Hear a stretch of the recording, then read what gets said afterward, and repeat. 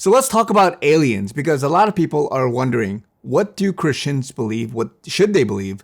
And how should we take the information that's coming in? Because Congress and the exposure, the whistleblowers that are coming forward supposedly to talk about all these things happening behind the scenes, and then the UFO stuff, aliens, like straight up extraterrestrial creatures living among us, and just all these types of things. And so the first thing I want to say is that you never, in your path for seeking truth, what you should never do is just outright brush it off, right? To have this cognitive dissonance, to have this confirmation bias, to be subject to selective exposure theory, to talk in an echo chamber, because that's not going to get you into a path of truth. Now, at the same time, the same token, you do not want to just believe what anybody says, right?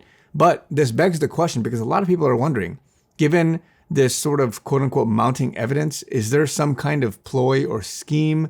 Is it just some worldwide conspiracy about aliens and all this stuff? How do we take truth in? Because like with any topic, you never want to associate the bad actors, the bad apples, with the movement of what is truth. And a lot of people are using half truths. They're using little nuggets to twist it into bad things, to have unfounded claims. The same happens with Christianity. The same happens for anything in life for which there is a movement of truth. There are people that seep in and they want to pervert and distort it. And so this is what's happening with this in particular, but just any movement in general. And so I want to talk very quickly about what the Bible says, because if you're a Christian, if you're a Bible-believing Christian like myself, then you would know, if you believe the Bible, for it to be fact, 100% inerrant, that there are things that the Bible talks about that is in some sense related to non-human creatures. If you believe in a heaven and hell, which you should, if you believe in angels and demons, I've said this before in other videos, if you believe in Satan, the serpent, the snake, right, coming up to in the Garden of Eden, right? If you believe in dreams, if you believe in how to interpret some of these dreams, Daniel's dreams, Joseph's dreams, all these creatures, if you believe in the giant, the sons of God, the sons of Anak, the descendants of Anak, the giants, the Nephilim, whatever you want to call it, whatever it is in terms of these hundreds, if not, thousands, I'm not going to count the Bible, but references of non-human creatures. Now, you can argue all day if you want about symbolic and this and that, but what's true is that you had people going up to Mary and Joseph, an angel appearing before him. You had Daniel being visited by an angel, right? And so all these verses, you can go look at Genesis 3:4, talking about the serpent, Numbers 21:8, Numbers 21:9, Deuteronomy 8:15, 2 Kings 8:4, Job 26:13, Isaiah 14:29, Jeremiah 8:17, Isaiah 36, Amos 5:19. So these are all in reference to some kind of serpent, some kind of snake creature. And then you have other references to dreams, right? Genesis 28:12-15, Genesis 37:5-7, Genesis 41:1-7, Daniel 2:31-35, Daniel 7:1-7. Just a few to name with regards to dreams and creatures. And even more here, Zechariah 1:8-11, Zechariah 4:1-6. And then about giants and Nephilims and fallen angels, Genesis 6:1-4, Numbers 13:32-33, Deuteronomy 3:11, 2 Samuel 21:15-22, Jude 1-6, 2 Peter 2, chapter 2, verse 4. Angels. I mean, we can go on about angels, right? The archangels. Matthew 1:20-21, Luke 1:26-33, Daniel 6:22, Hebrew 1:14, Genesis 28:12-15. You can talk about demons.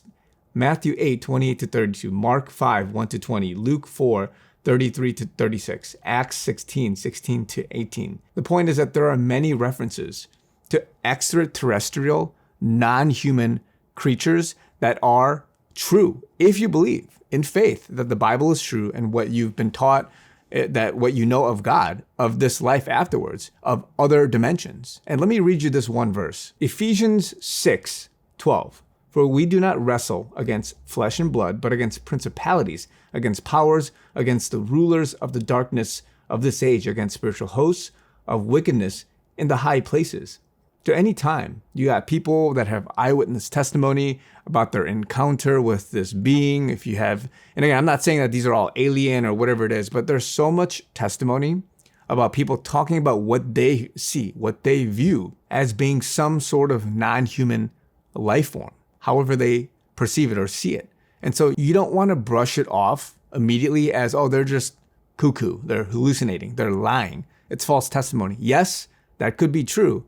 But like I said, you have to get into the details, because if you are so closed off, right, you hear a couple of things and you're just like, no, I don't want to hear any of that. It's like an atheist who says, I just don't want to hear any of that God stuff, that Jesus stuff.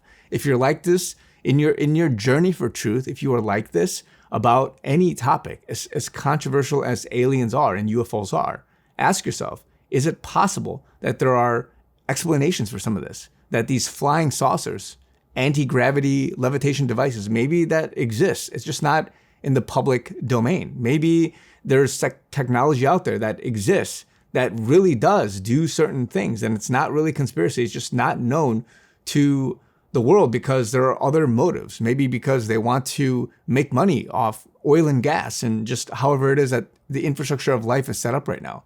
Whatever that is, be open-minded to the fact that if, for example, 200 years ago, somebody told you, hey, we have planes, we have trains, we have this technology. You can look at somebody through a screen and talk to them in real time, to somebody across the world. They would think you were nuts. They would think that's just crazy. How could you conjure up some black magic potion conundrum like that? That's just crazy. And the same goes for any technology that we don't see now, that we don't believe because it's not here. It could be out there, but because of your ignorance, your desire to not be open to it, and again, don't believe everything, but to have an open-mindedness to say, okay, there may be an explanation, there may be something. Because if you desire truth, I believe that the Lord can open your mind up to see and discern what is fake, what isn't, and you can at least get to a general direction. Maybe you don't have all of the evidence before you that maybe other people who have had firsthand experience has, but you can get to a place for which you might be, you will be more at peace with what is coming out. Because again, there's such an information psyops warfare going on right now, a control for the narrative in your mind, that it's just absolutely unreal to try to cipher through all this unless you have the Holy Spirit in you, unless you seek truth by seeking the Lord. And so right now, what the other thing I want to say is that if you follow Q says that in drop 2225, did NASA fake the moon landings? Have we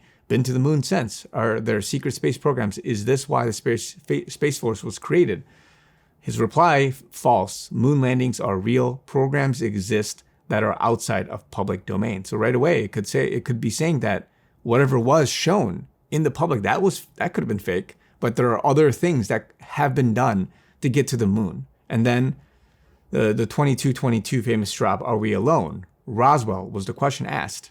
And then says, no, highest classification. Consider the vastness of space. So what is it talking about, right? I've said this before. It could be something else that we don't know that is explainable through the scriptures, through God, of what he's done, right? It could be demonic, it could be angelic, it could be sons of God, the Nephilim, the fallen angels. Who knows what they are, right? But even though I haven't interacted with them or I've seen them with my own eyes, that doesn't mean that it's not true. This is reality 101, right? You never say if you believe something is real, that until I see it and touch it and feel it, then I will believe it's real. Because then you don't have faith. You're not anchored based on reason and logic. So this is what's going on, guys. And I want to just give you guys this quick just thought. A lot of people are just wondering, what is a Christian's view on it? How should they take it?